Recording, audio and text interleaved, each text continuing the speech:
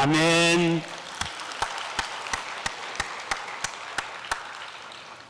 시온 찬양대 그리고 시온 앙상블 귀한 찬양 하나님이 기뻐 받으셨을 줄로 믿습니다.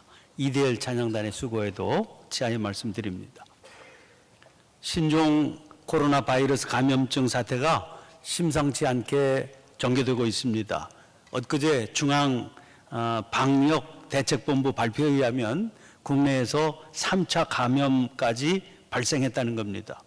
이번 바이러스는 증세가 나타나지 않는 사람을 통해서도 전파가 된다고 하는 특징 때문에 더더욱 위험하다고 하죠. 특별히 우리 교회는 여러 가지 정황상 외부인들의 출입이 빈번한 교회입니다.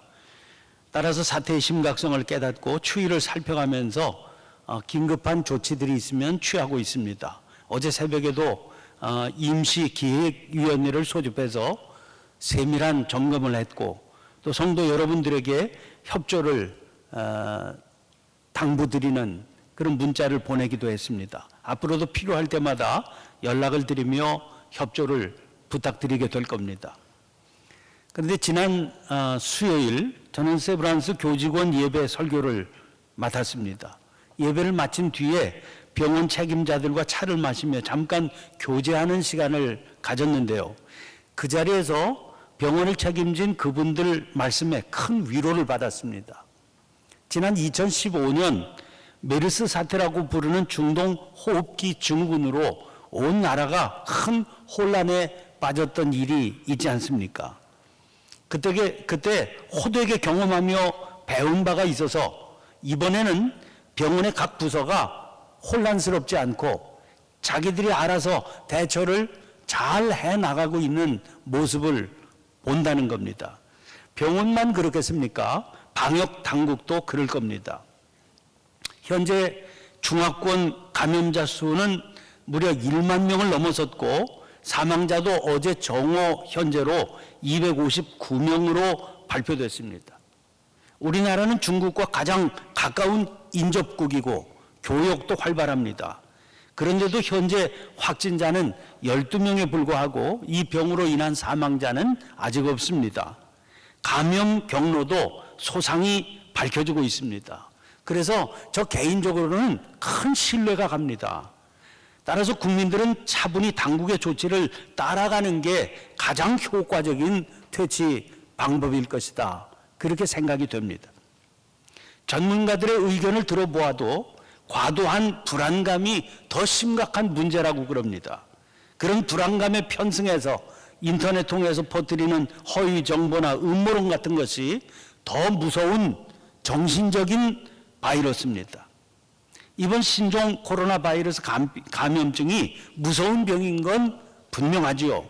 그러나 치사율만 가지고 보면 늘 우리가 접하는 독감보다 훨씬 낮은 수치라고 그래요.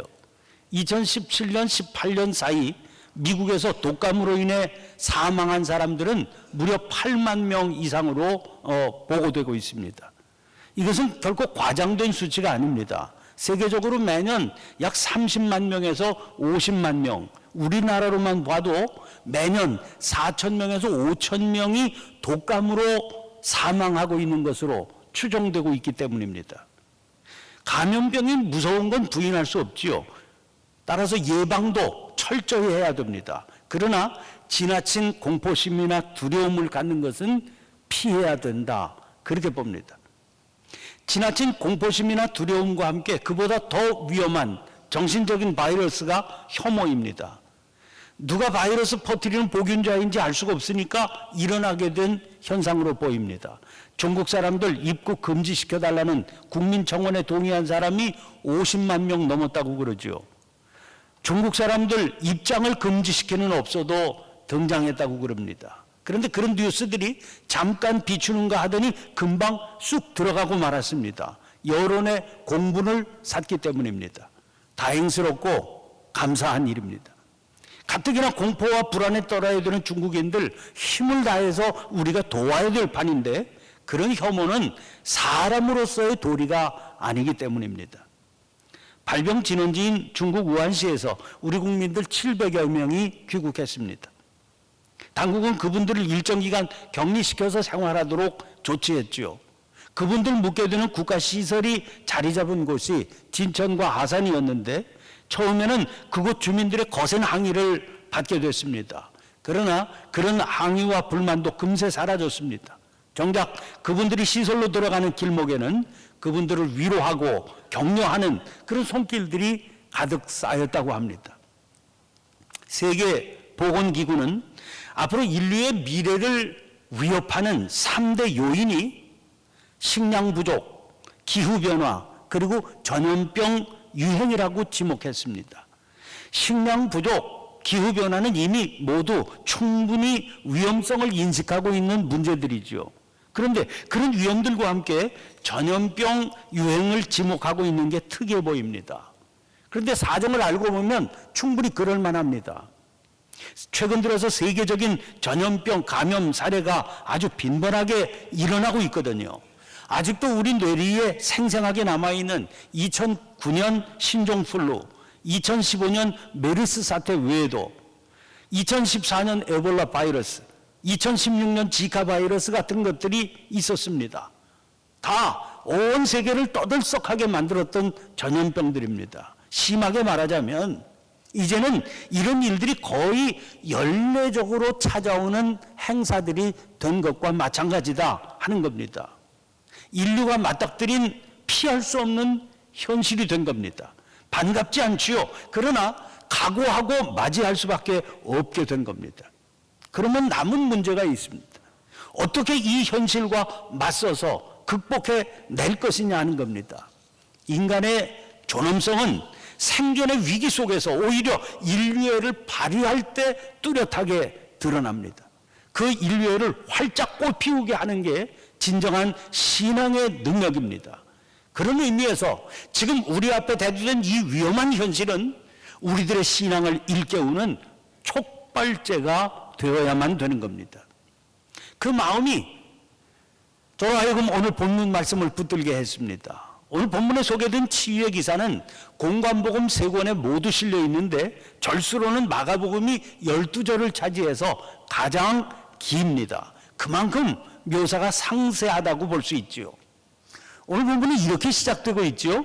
수일 후에 예수께서 다시 가버나움에 들어가시니, 여기 등장하는 수일 후에 그리고 다시 가버나움, 이 표현들은 이 사건이 앞에 등장하는 내용하고 긴밀하게 연결이 되어 있음을 암시해 줍니다. 그런데 오늘 본문이 2장 아닙니까? 그 앞에 사건 그러면 1장을 말합니다. 거기 보면 예수님께서 세례 받으신 후에 공생의 사역 시작하시는 그런 장면이 등장하지요. 등장하는 사역의 내용이 뭡니까? 복음을 전하시고 제자들을 택하시고 귀신을 쫓아내시고 병을 고치시는 겁니다. 특별히 1장에서 가버나움과 관련된 기사는 21절, 22절입니다. 그들이 가버나움에 들어가니라. 예수께서 곧 안식일에 회당에 들어가 가르치심에 뭇사람이 그의 교훈에 놀라니 이는 그가 가르치시는 것이 권위 있는 자와 같고 서기관들과 같지 아니함일러라. 그런데 수일 후에 다시 가버나움으로 가신 예수님은 이번에는 회당이 아니라 집에 계십니다. 소문을 듣고 사람들이 그 집으로 가득 모여들었습니다. 2절에 많은 사람이 모여서라고 했습니다. 여기 등장하는 모여서라고 하는 헬라말은 수나고입니다. 회당이라고 하는 헬라말 수나고게는 바로 이 말 수나고라고 하는 말에서 온 겁니다. 1장에서는 사람들이 모인 회당이 등장하는데 2장에서는 마치 집이 회당이 된 것 같습니다. 이유가 뭘까요? 1장 22절에 그 의미가 이유가 밝혀져 있습니다. 그가 가르치시는 것이 권위 있는 자와 같고 서기관들과 같지 아니함일러라. 회당을 지키고 있는 서기관들의 가르침보다 집에서 가르치시는 예수님의 가르치심에 훨씬 권위가 있었기 때문이에요. 이 본문에서 회당과 집 그리고 서기관과 예수님이 아주 강렬한 대비를 보여주고 있습니다. 그만큼 이 본문은 의도적입니다. 2절 말씀 보세요. 많은 사람이 모여서 문 앞까지도 들어설 자리가 없게 되었는데 예수께서 그들에게 도를 말씀하시더니, 주님께서 말씀하신 도란 핵심이 늘 분명했습니다. 1장 14절 15절입니다. 요한이 잡힌 후 예수께서 갈릴리에 오셔서 하나님의 복음을 전파하여 이르시되 때가 찼고 하나님의 나라가 가까이 왔으니 회개하고 복음을 믿으라 하시더라. 그러니까 예수님 말씀하신 도는 회개하고 복음을 믿으라는 겁니다. 주님께서 가르치신 이 도, 회개하고 복음을 믿으라 하는 이 가르침의 내용이 항상 문제가 되었습니다. 예수님 당시에 회당을 중심으로 서기관들이 가르치고 있던 건 율법이었죠. 율법의 핵심은요, 지키는 겁니다. 율법을 지키면 의인입니다. 지키지 않으면 죄인이죠. 둘 중 어느 하나만 있습니다. 그래서 여기에 없는 게 있거든요. 용서입니다. 지키지는 못했지만 받아들여지는 것. 그 길이 없는 겁니다. 그런데 주님은 회개, 즉 돌이킴을 말씀하십니다. 지키지 못했지만 그에게 아직 길이 있습니다. 그래서 복음, 다시 말해 기쁜 소식 아닙니까? 자기들이 가르치지 않는 길을 강조하고 가르치시기 때문에 서기관들이나 율법학자들에게는 예수님이 불편한 존재입니다. 예수님 그 불편해하는 것을 알고 계셨지만 피하지 않으셨습니다. 그래서 율법을 가르치는 이들과 늘 논쟁이 벌어집니다. 피하지 않으셨던 그 논쟁이 결국 예수님을 십자가에 달려 돌아가시게 만들었던 거지요. 그것을 주님 미리 아셨습니다만은 흔들리지 않고 그 길을 가셨습니다. 그 길이야말로 걸을 수밖에 없는 소명의 길이었기 때문입니다. 자, 예수님께서 도를 말씀하고 계실 때입니다. 사람들이 한 중풍병자를 4사람에게 메어가지고 이 집으로 왔습니다. 그런데 집에 사람들이 꽉 차 있어서 도무지 들어갈 수가 없으니까 지붕 위로 올라갑니다. 계신 곳에 지붕을 뜯어 구멍을 내고 병자가 누운 상을 예수님 앞으로 달아 내렸습니다. 5절 말씀 보세요. 예수께서 그들의 믿음을 보시고, 여기서 그들이란 누구겠습니까? 중풍병자 데리고 온 사람들, 특히 중풍병자를 위해서 지붕을 뜯어 구멍을 내고 상을 달아내린 사람들 아니겠어요? 주님께서 보신 것은 그들의 믿음이었습니다. 그런데 그들의 믿음을 보시면서 말씀은 중풍병자에게 하셔요. 주님의 말씀입니다. 작은 자야, 네 죄 사함을 받았느니라. 여기서 작은 자란 아들이라고 하는 단어입니다. 그들의 믿음을 보시고 이 중풍병자를 아들로, 즉 복음에 속한 한 가족으로 받아들이셨다. 그런 뜻입니다. 예수님 당시에 장애나 병은 곧 죄의 다른 표현이었습니다. 요한복음 9장 1절 2절입니다. 예수께서 길을 가실 때 날때부터 맹인된 사람을 보신지라 제자들이 물어 이르되 랍비여, 이 사람이 맹인으로 난 것이 누구의 죄로 인함이니까? 자기니까? 그의 부모니까? 날때부터 맹인된 사람을 보고요, 제자들이 주님께 묻습니다. 누구의 죄로 인함입니까? 이 질문에 깔려있는 전제가 보이시지요? 누군가 맹인이 되었다고 하는 것은 반드시 죄 때문이라고 하는 전제입니다.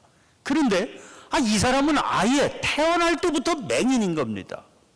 그러니까 자기가 지은 죄 때문이라고 볼 수가 없는 거지요. 그럼에도 불구하고 반드시 죄 때문이기 때문에 본인의 죄 때문인지 아니면 그 부모가 지은 죄 때문에 자녀인 그가 맹인이 된 것인지 그래서 묻고 있는 겁니다. 이런 인식 때문에 당시의 장애인이나 병자들은 삼중고의 고통에 시달려야 했습니다. 몸이 불편한 고통은 말할 것도 없지만 사회적으로 소외당하게 되는 고통, 거기에 더해서 하나님으로부터도 버림받았다는 사회적인 인식으로 인한 고통이었습니다. 자, 다시 5절 말씀 보세요. 예수께서 그들의 믿음을 보시고 중풍병자에게 이르시되 작은 자야, 내 죄 사함을 받았느니라 하시니, 주님은 중풍병자를 향해서 작은 자, 즉 아들이라고 부르셨습니다. 사람들은 그를 죄인으로 여기지만 하나님께서는 그를 아들로 여기신다 하는 선언입니다. 중풍병자라고 하는 이유로 죄인이라고 여김받은 그를 주님은 하나님의 아들이다, 그렇게 선포하셔요. 이게 복음이 아니고 뭐겠습니까?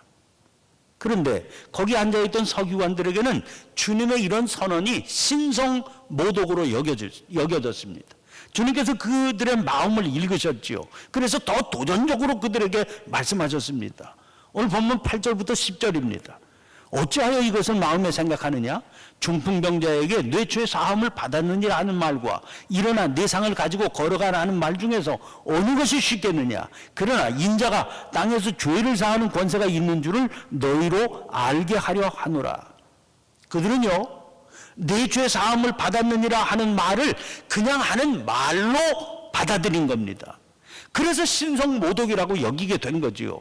그러나 하나님의 아들로 받아들여진 증거가 뚜렷하게 나타난다면 그들로서도 무슨 할 말이 있겠습니까? 그래서 주님께서 분명한 증거를 보여주시겠다는 거예요. 그 증거가 뭡니까? 병이 죄라고 여기는 그들에게는 일어나 걷는 거지요. 그래서 주님께서 병자에게 명령하십니다. 내가 내게 이르노니 일어나 네 상을 가지고 집으로 가라. 그들에게는 이것이 가장 뚜렷한 증거가 아니겠습니까? 그렇게 하고 있으니 더 이상 무슨 할 말이 있겠습니까? 그런데 우리들이 여기서 주목할 것은 그들의 믿음을 보시고입니다.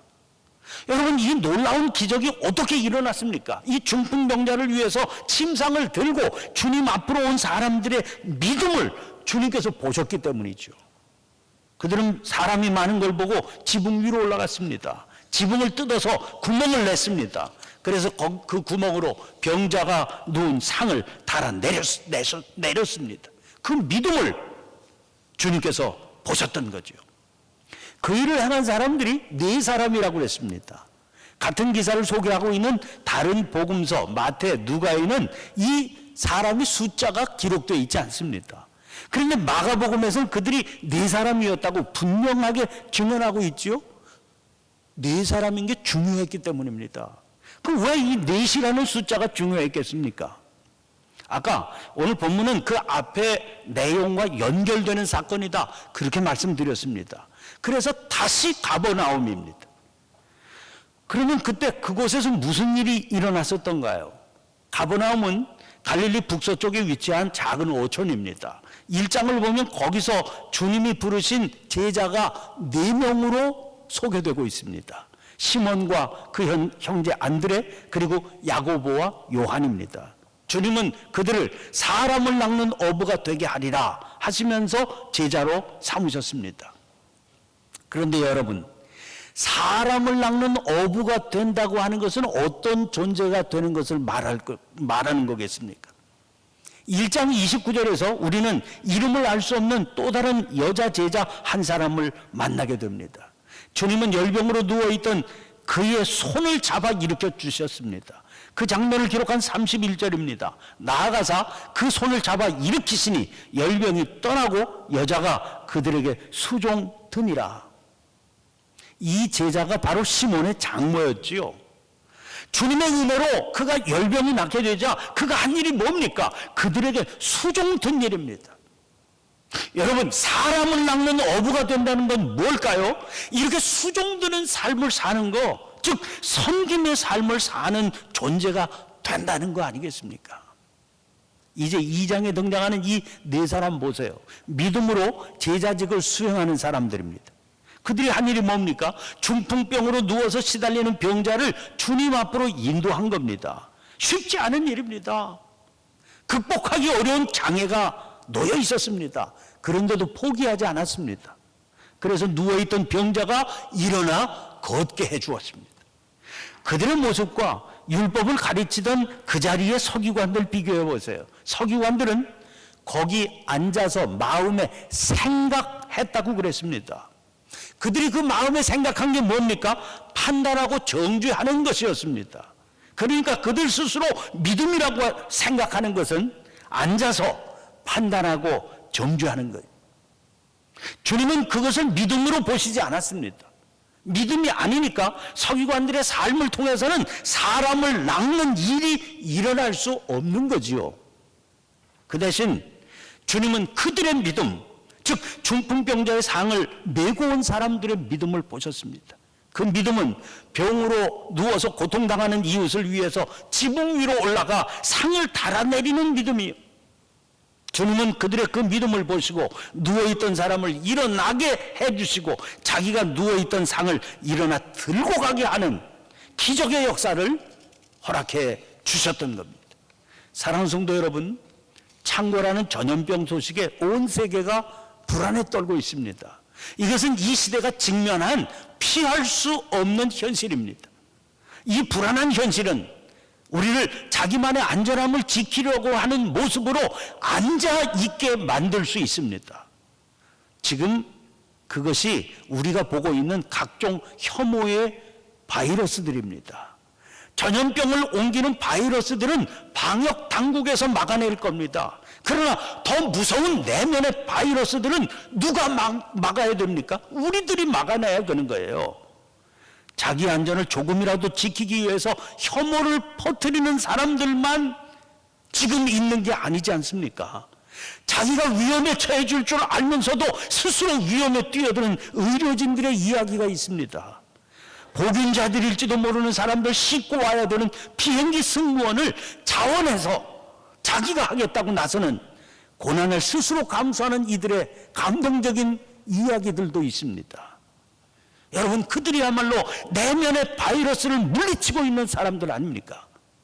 그런 자리에 우리 모두가 같이 가서 설 수는 없습니다. 그러나 그런 이들을 격려하고 그 일에 마음으로 동참하고 응원할 수는 있습니다.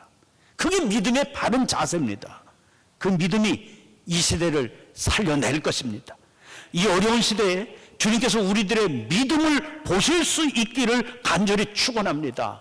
그래서 고통당하는 세상을 향하여 죄사함을 받았다고 선포하시는 그 놀라운 은혜를 우리가 모두 함께 누릴 수 있게 되시기를 주님의 이름으로 간절히 축원합니다. 기도하겠습니다. 사랑의 하나님, 창궐하고 있는 전염병 때문에 온 세계가 불안에 떨고 있습니다. 보이지도 않는 바이러스가 어디로 감염될지 몰라 어찌할 줄 모르고 있습니다. 이런 상황의 최일선에서 불철주야 고군분투하고 있는 의료진들과 방역 책임자들을 붙들어 주시옵소서. 안전함과 강건함으로 함께하여 주시고 그들에게 사명감을 더하여 주시옵소서. 투병 중에 있는 확진자들 붙들어 주셔서 속히 건강을 회복하게 도와 주시옵소서. 원치 않는 격리생활하고 있는 우리의 이웃들에게 낙심치 않는 위로 내려 주시옵소서. 특별히 중국의 형제자매들 불쌍히 여겨 주시옵소서.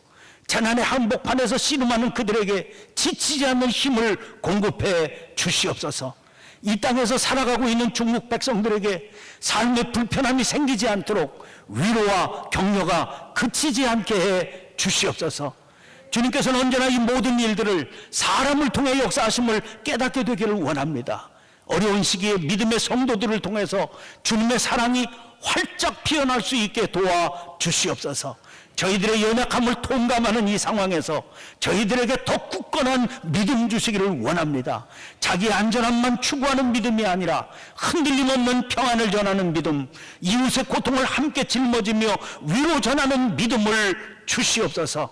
연약한 저희들을 통하여 세상에 위로와 격려를 전하게 하심으로 평화를 이루어가게 하시는 구원의 주님 예수님 이름으로 기도하옵나이다.